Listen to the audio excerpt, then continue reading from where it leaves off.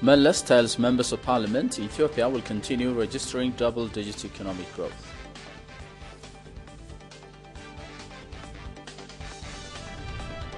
Ethio Telecom gets new logo.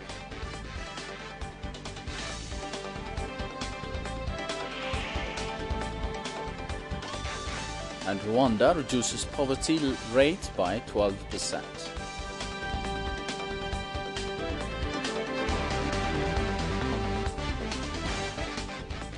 Those are the headlines in this news edition. Hello viewers, welcome to ETV News. I'm Shmal Islamma.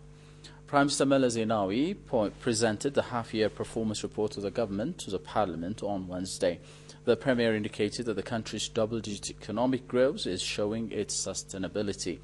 According to Meles, the newly endorsed land lease proclamation benefits the public and encourages investors. Solomon Mengs reports. In his report, the Premier dwelt on various key issues that the government had given emphasis over the last 6 months.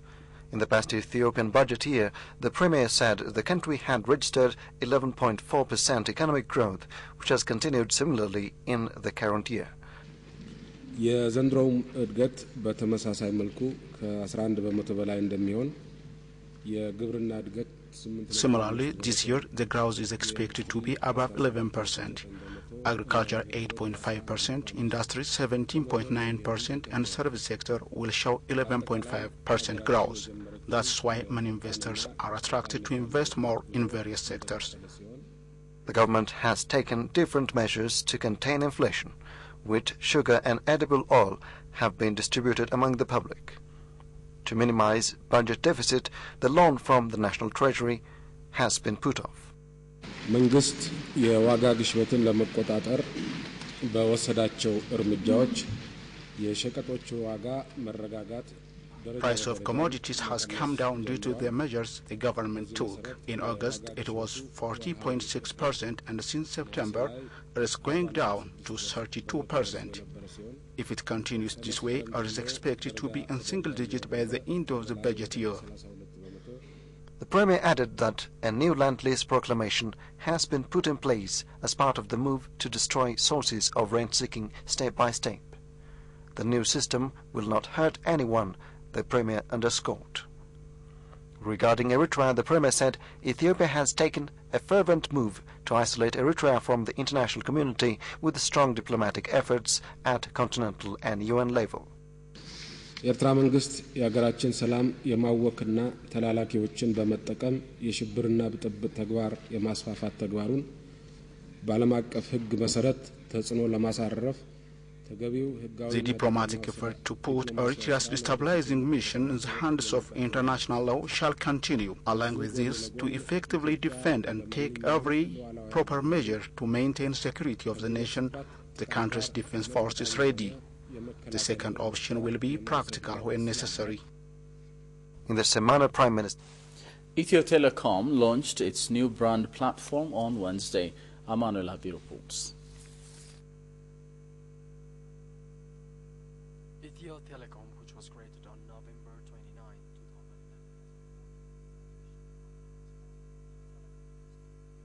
2011, to a new excellence. As part of its change and evolution, Ethio Telecom has now launched a new logo showing the new face of the company. CEO of Ethio Telecom, Jean-Michel Latut, during the launching ceremony said, sharing is the center of the brand platform since it's at the heart of Ethiopian culture. In an exclusive interview with ERTA, Abdurrahim Ahmed, External Communication Officer of Ethio Telecom, said the logo represents Ethiopia in different ways. The E also still represents Ethiopia, our country, and the third content is smile, or the emotion that we got from our life. And the very basic essence of this logo is sharing next to hospitality represents our country, Ethiopia. We share our knowledge, we share our idea, we share our life, we share ourselves. So this is the very essence. Through telecom, through communication, we share ourselves. On the occasion, Ethio Telecom's 6-month performance was presented, which revealed the corporation's earning of 5.6 billion birr. The company also expanded its services both in terms of quality and number of users. We have come to more than 85% discount for the broadband internet service, and consequent discounts in terms of the mobile subscription fee, airtime in terms of zone calling, from one zone or from one region to another, and a number of value-added services like call me back, voicemail. Minister of Communication and Information Technology Debretsion Gebremikhail speaks about the overall benefits that the country is gaining from the services of Ethio Telecom. Access, meaning the penetration of the service, is in good shape, especially in mobile service. So the growth is, it is as planned, but it's going as it was planned. So we have a good percentage of growth. Ethio Telecom also inaugurated one window service shop it launched around Saapet in the capital.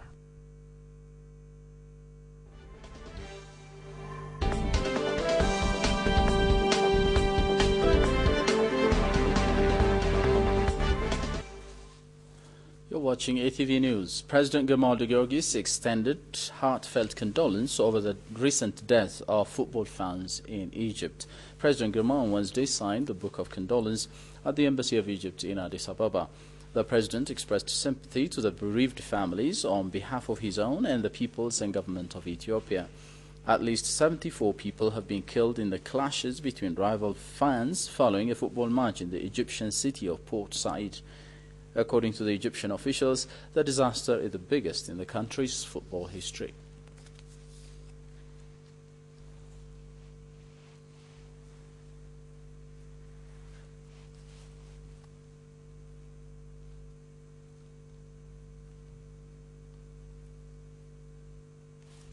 The Italian Institute for Global Studies (IGS) and the Ethiopian International Institute for Peace and Development (EIIPD) have signed a cooperation agreement.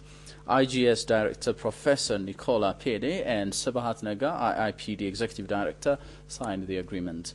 As per the agreement, the two countries would cooperate on mutual strategic affairs, research institutes, and higher education institutions, among others. According to the Ministry of Foreign Affairs, Sabahat Naga paid a visit to the Italian Military Strategic Research Institution and the Italian Senior Officers Training Center. The Ministry of Science and Technology says it has created strong linkage with local and international institutions to adapt and apply best technological outcomes across the country. The ministry has so far created linkage with industrial establishments in South Korea, China, India, Switzerland, and Egypt. In a bid to speeding up technological transformation, the ministry has facilitated a series of visits for university students in local industrial establishments. Meanwhile, the ministry on Wednesday held discussion with pertinent stakeholders on its plan and implementation package. Speaking on the occasion, Minister Desse Dalke said his ministry would strengthen its work of creating strong linkage between universities and industrial establishments.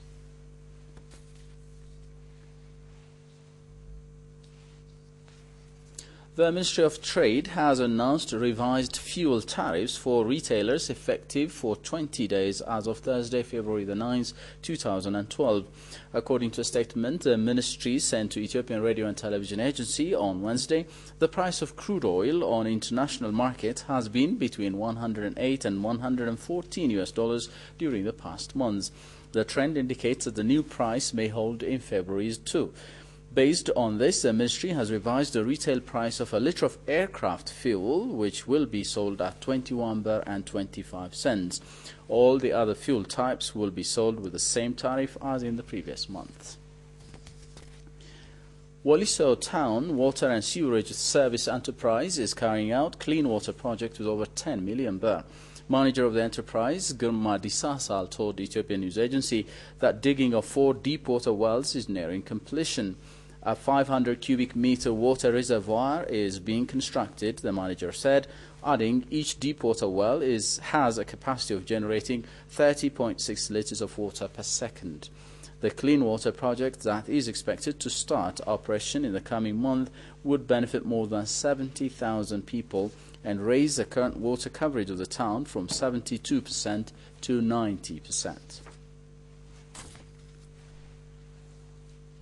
Eritrea's navy has seized 5 Yemeni fishing boats in the Red Sea in an area where the two countries have had a territorial dispute.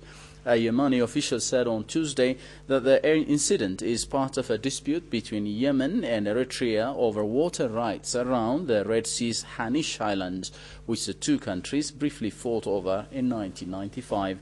An international court gave Yemen sovereignty over some of the archipelago's islands, but the two countries have disagreed on interpretations of the ruling regarding fishing rights. Yemeni Fisheries Ministry Under Secretary Nabil Sajam told Reuters that Eritrea has repeatedly captured Yemeni fishing boats that it says were fishing in its territorial waters. Yemen says both countries' territorial waters are open to Eritrean and Yemeni fishermen, while Eritrea says that Yemenis are not allowed to fish in its waters.